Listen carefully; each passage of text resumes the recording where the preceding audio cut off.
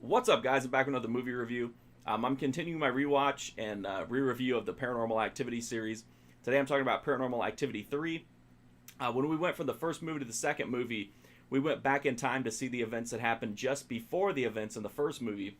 In Paranormal Activity 3, we go even further back to when Christy and Katie were children, and we kind of get an origin story on how this demonic force became a part of their lives. The narrative pretty much follows the same path as their other movies in the series. A family starts to experience some strange noises, unexplained events. They decide to put up some cameras and capture, whatever happens and get some answers and figure out what the hell's going on. And eventually, things start to escalate little by little, and then we get, a big flashy finale. One thing I didn't like about this movie, and I think of the first four, this one is definitely the weakest one. What I didn't like about it is that it's set in the 80s, but the camera looks super polished. It's nice and HD, bright and shiny, just, really high quality. I think they tried to justify this by having the guy be a videographer so he would have access to cutting edge equipment, but the guy doesn't seem like he has very much money. So I really don't think, and the camera that they show is like a VHS camera, so I don't really understand.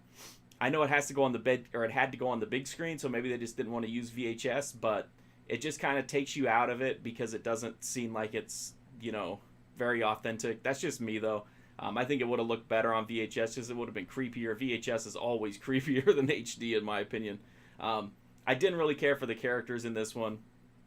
It does seem like they've kind of even further dropped the pretense of trying to make it seem like, real found footage. They start to play into more traditional horror tropes. They have like a ghost under a sheet, literally, and it disappears. And it's a more active horror experience, which is going to make some people happy because they'll be like, okay, at least we're getting more than like, a shutting door now. We're getting some like more active, horror scares. But then other people are going to kind of bemoan that and say, oh, I like that minimalist approach. So I think if you really like the other two and you're a big fan of found footage, you'll like this one. But again, I don't think it's going to win any new fans to the series or to found footage in general. I just think this is, I don't know, to me it just is very ineffective. I didn't like how the fire was such a huge part of the story leading into this, and it has such a minor blink and you'll miss it part in this movie, which is the only chance in the series we have to have it explained to us. That was a big issue I had with it. I don't like that it looks super polished and HD, and I just didn't think it was that good. I mean, I liked a couple of the cheesy scares, and that was about it.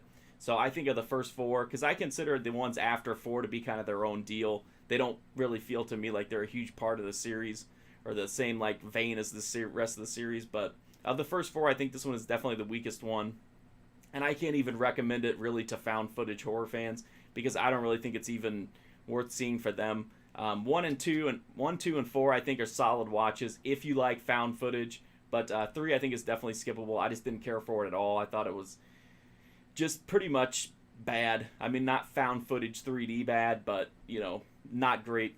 That's my review of Paranormal Activity 3. Can't really recommend it, unfortunately. I wish they would have gone the VHS route, and I wish that we would have got a better explanation. This was a good chance to really catch up on the lore, and there's just very little of it here. If you like this video, please go check out my website, markfusion.com. I've got full write-ups of the Paranormal Activity movies on there, as well as hundreds of other horror, cult, exploitation, pretty much every genre, video games, TV shows, anime, all kinds of stuff. I'm also on Twitter, Twitch, and Instagram at markfusion. You can also check me out on Patreon at markfusion if you want to get exclusive content. But the best way you can support me is by hitting that sub button. It does greatly help me out, and it's definitely a concrete, free, easy way to support me and help me continue to put out content. Thanks for watching this video, guys. I really appreciate it, and hopefully I'll see you soon.